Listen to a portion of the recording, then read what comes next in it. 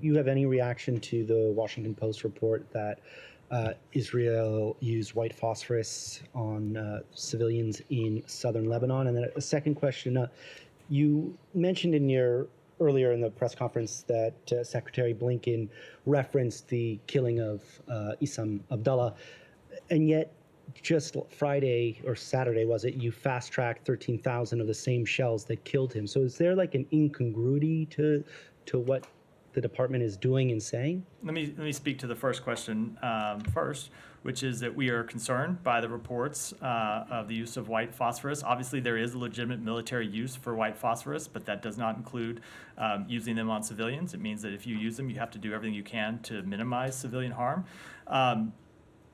Anytime that we provide items like white phosphorus, or really anything, to another military, we do it with the expectation that it will be used for legitimate purposes and in full keeping with international humanitarian law and the law of armed conflict. So we're looking into this and looking for additional information. And then with respect to your first question, you heard the Secretary speak to this yesterday. If any of you were up early on a Sunday, or early-ish, you would have heard him speak to this and make clear that, look, Israel is engaged in a very difficult military campaign against a terrorist organization that says it wants to repeat the attacks of October 7th. He decided that